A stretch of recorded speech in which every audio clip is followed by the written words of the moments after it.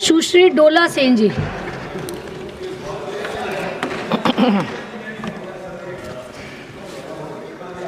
Thank you, Vice Chairman Madam, for giving me chance to speak.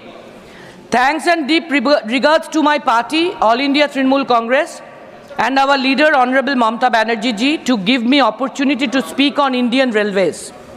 I will try to speak in my mother language, Bangla. In fact, India and we, the people of India, will always remember the long tradition of Indian Railways, the lifeline of our country and of our 140 crore population.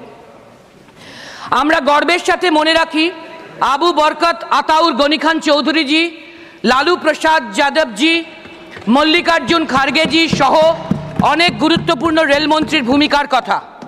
আর অবশ্যই মমতা বন্দ্যোপাধ্যায় রেলমন্ত্রিত্বের অসামান্য সময়কেও আমরা মনে রেখেছি। এখনকার সময়ে রেলের সেই ঐতিহ্য যে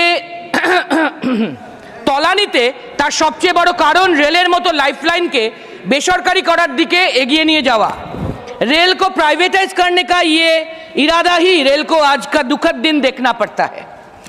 আর প্রধানত এই জন্যই 2017 থেকে মোদিবাবুর জমানায় রেল বাজেট বন্ধ, আলাদা করে আর রেল বাজেट नहीं, बजट बराद्दो नहीं, ग्रांट्स नहीं। और इसीलिए ही इस साल जनरल बजट पढ़ते वक्त हम लोग रेल का नाम सिर्फ 3 बार सुना है। रेल की सुरक्षा, रेल सेफ्टी के बारे में एक शब्द भी नहीं सुना। কে ছিলেন সেই রেলমন্ত্রী যিনি রেলকে আত্মনির্ভর করার জন্য রেভিনিউ আর্নিং এর দিকে নজর দিয়েছিলেন? তাও আমাদের গরিব দেশে টিকিটের দাম না বাড়িয়ে ফ্রেট পলিসি ডিক্লেয়ার করে সম্মানীয় মমতা ব্যানার্জি। যখন মোদিবাবুরা প্রতি কিলোমিটারে 200 কোটি টাকা খরচ করে বুলেট ট্রেনের গল্প দেন, তখন কে সেই রেলমন্ত্রী যিনি dedicated freight corridor corporation of India তৈরি করেছিলেন, যেখানে প্রতি কিলোমিটারে মাত্র 25 কোটি টাকা ব্যয় করে চাল ডাল সবজি তেল দুধ সহ সব নিত্য প্রয়োজনীয় জিনিস আমাদের গরিব দেশের পিছিয়ে পড়া উই দ্য পিপল অফ ইন্ডিয়ার কাছে পৌঁছে দেওয়া যায়। আমাদের তৃতীয় বিশ্বের দেশে কোনটা জরুরি ম্যাডাম, কোনটা বেশি জরুরি? থার্ড ওয়ার্ল্ড কান্ট্রি মে প্রায়োরিটি কিসকো দেনা চাহিয়ে? কে করেছেন সেই কাজ? বিরল ব্যতিক্রমী মমতা ব্যানার্জি। যদিও বুলেট ট্রেন হোক, we have no objection at all. সব মানুষ মাথা উঁচু করে বাঁচতে চান। কে সেই রেলমন্ত্রী যিনি আমাদের গরিব দেশের we the people of India যাতে মাথা উঁচু করে সিনা টান করে রেলে যাতায়াত করতে পারেন, তাই 25 টাকার ইজ্জত মান্থলি বানাতে পেরেছিলেন দেশের মানুষকে মর্যাদা দিয়ে? জননেত্রী মমতা ব্যানার্জি। কে সেই রেলমন্ত্রী যিনি দেশের ইতিহাসে প্রথমবার ননস্টপ রেল পরিষেবা দুরন্ত এক্সপ্রেস চালু করেছিলেন, যেখানে এসি নন এসি দুই পরিষেবাই আছে? সমাজের সব স্তরের মানুষ ওই দ্রুততম দুরন্ত এক্সপ্রেসের সুবিধা নিয়ে গন্তব্যে পৌঁছতে পারবে। গতির শিখরে থাকা আমাদের প্রিয় মমতা ব্যানার্জি। কে সেই রেলমন্ত্রী যিনি রুগ্ন হয়ে যাওয়া রেলের ওয়াগন কারখানা বার্ন স্ট্যান্ডার্ড ব্রেথওয়েটকে অধিগ্রহণ করতে পারেন? রেলের ওয়াগন তৈরির পাবলিক সেক্টর আন্ডারটেকিং পিএসইউ যেসবকে পুনরুজ্জীবিত করতে পারেন? গঠনমূলক প্রশাসক, কনস্ট্রাকটিভ অ্যাডমিনিস্ট্রেটর মমতা ব্যানার্জি। যেখানে উল্টো দিকে বেসরকারীকরণের চক্করে মোদিবাবুরা রেলের ইঞ্জিন তৈরির কারখানা চিত্তরঞ্জন লোকোমোটিভ ওয়ার্কস প্রচুর লাভজনক সিএলডব্লিউ থেকে শুরু করে প্রফিটেবল সিএলডব্লিউ থেকে শুরু করে লিলুয়া কাঁচরাপাড়া রেলওয়ে ওয়ার্কশপকে বিলগ্নীকরণের পথে নিয়ে গিয়ে অতি লাভজনক শিল্পগুলিকে ধ্বংস করে দিতে চাইছে? কে সেই রেলমন্ত্রী যিনি গ্রুপ ডির রেলকর্মীরাও যাতে বছরে একবার পরিবার নিয়ে বেড়াতে যেতে পারেন তার জন্য ফ্রি পাসের ব্যবস্থা করেছিলেন? বলতে পারেন কে কাজ করতে পারেন? তিনি মা মাটি মানুষের নেত্রী মমতা ব্যানার্জি। কে সেই রেলমন্ত্রী যিনি 2009তেই ভিশন ডকুমেন্ট 2022 রেডি করেছিলেন লাইফলাইন রেলের জন্য? আইআইটি খড়গপুরের সাথে রেলের রিসার্চের জন্য চুক্তি করেছিলেন। গঙ্গা নদীর নিচ দিয়েও যে মেট্রো রেল যেতে পারে সেই স্বপ্ন দেশবাসীকে দেখাতে পেরেছিলেন। এই অ্যাডভান্স মডার্ন আইডিয়া দেশের কাছে রাখতে পেরেছিলেন। তার জন্য বাজেট বরাদ্দ করতে পেরেছিলেন ভবিষ্যৎ দ্রষ্টা দূরদৃষ্টি সম্পন্ন মমতা ব্যানার্জি। কে সেই রেলমন্ত্রী যিনি কলকাতা মেট্রোকে রেলের 17 জোন বলে ঘোষণা করে কলকাতা মেট্রোকে সম্পূর্ণ সরকারি স্ট্যাটাস দিয়েছিলেন? কলকাতা ছাড়া বাকি সব মেট্রোপলিটন শহরে বেসরকারি মেট্রোর কারিগর মোদি বাবুরা যা কল্পনাও করতে পারেন না, জাতীয়তাবাদী নেত্রী नेशनलिस्ट लीडर ममता बनर्जी। मुश्किल का बात यह है कि मोदी जी का करेंट ब्यूरोक्रेट रेल मंत्री जी इतना कुछ जानते नहीं, क्योंकि with due respect to him जब ये सब हमारे दीदी ने किया तब ये ऑनरेबल मंत्री जी आइदर वॉन्टर बिजनेस स्कूल में पढ़ते थे, नहीं तो कोई कंट्रोवर्शियल कंपनी एडलर इंफ्रास्ट्रक्चर चला रहे थे। और इसीलिए इस मंडे को ये रेल मिनिस्टर साहब ने पार्लियामेंट को मिसलीड किया। हाँ, I am sorry for this information, but इन्होंने डिमांड किया नॉन बीजेपी स्टेट गवर्नमेंट को भी रेलवे के लिए थाउजेंड्स ऑफ क्रोर्स दिया गया, लेकिन सदन में असत्य भाषण देना गैर कानूनी है madam. I will try to share with you some figures. Simple arithmetic, madam. Under the UPA, Kerala received 1.43% of the funds given by the Parliament for railways, which has dropped to 1.17% under the NDA. Under the UPA, Tamil Nadu received 3.38% of the funds given by the Parliament for railways, which has now dropped to 2.59% under the NDA. West Bengal received 16.85% of the funds given by the Parliament for railways under the UPA, which has now dropped to 5.46% only under the NDA. সম্মানীয় rail মন্ত্রীকে challenge করে বলতে চাই, আমার দেওয়া তথ্য ভুল প্রমাণ করতে হলে একটু অথেন্টিকেটেড করবেন স্যার, প্লিজ একটু অথেন্টিকেট করবেন। শুধু ভাষণ, মিথ্যা প্রতিশ্রুতি, আইওয়াশ আর জুমলায় চলবে কি করে? অমৃত ভাষণ স্টেশন স্কিমে 135টা স্টেশনের মধ্যে একটাতেও কাজ শুরু তো দূরের কথা, কাজ করার জন্য টেন্ডার প্রসেসও চালু হয়নি। 453টি 2024-25-এর আপগ্রেডেশনের টার্গেট থাকলেও মাত্র একটি স্টেশনকে আপগ্রেড করার কাজ শুরু হয়েছে। লজ্জা লজ্জা। फिर भी मंत्री जी का इतना एरोगेंस, जरा सा भी शर्म नहीं होता जी। Shame on them. सेफ्टी कहां से आएगा?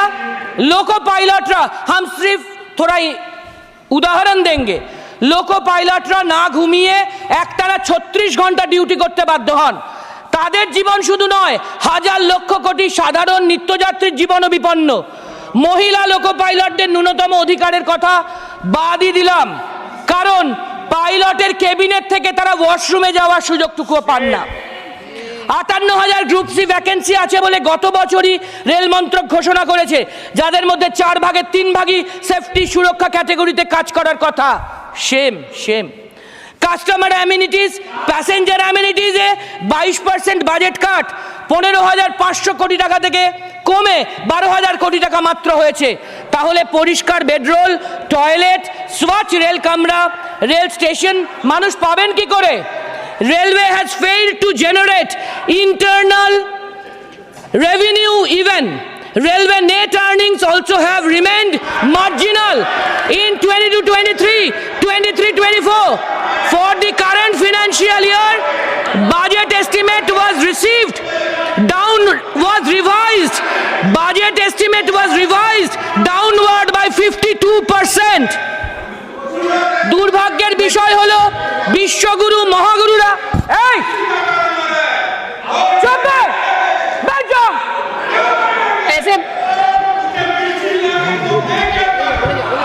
দুর্ভাগ্যের বিষয় হলো বিশ্বগুরু মহাগুরুরা দিনে 5-6 বার পোশাক পরিবর্তন করেন, আর তাদের রেলমন্ত্রীরা বারবার কথার খেলাপ করেন, ডেডলাইন, টাইমলাইন, প্রতিশ্রুতি চেঞ্জ করেন।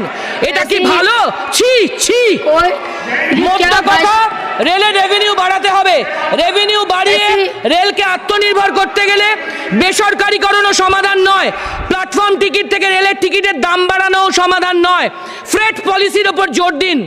Eastern Dedicated Freight Corridor EDFC is one of the largest infrastructure projects from Ludhiana in Punjab to Dankuni in West Bengal that stretches about 1839 kilometers, announced by the then erstwhile Rail Minister Mamata Banerjee ji.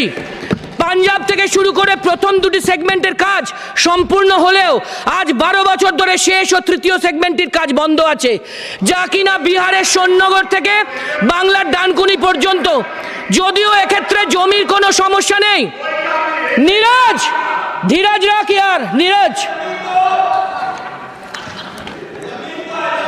রেলের কাছে জমির কোনো সমস্যা নেই, রেলের কাছে জমি আছে, এটি ফেলে না রেখে সম্পূর্ণ করলে দেশের মানুষের উপকার হতো, রেলের উপকার হতো, রেভিনিউ বাড়তো, কিন্তু করছেন না।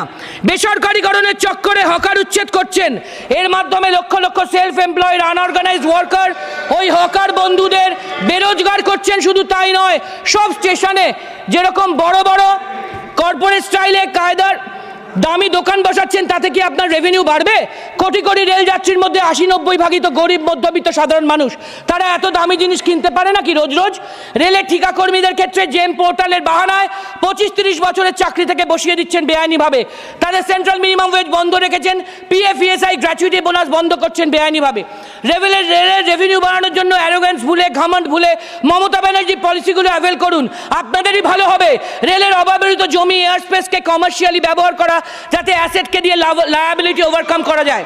সারা দেশে বিশেষ বিশেষ ট্যুরিস্ট স্পটের জন্য, তীর্থক্ষেত্রের জন্য ইন্ডিয়ান রেলওয়ে ক্যাটারিং ও ট্যুরিজম কর্পোরেশনের মাধ্যমে বিশেষ বিশেষ রেল পরিষেবা ও প্যাকেজের পরিকল্পনা করলেও রেভিনিউ বাড়বে।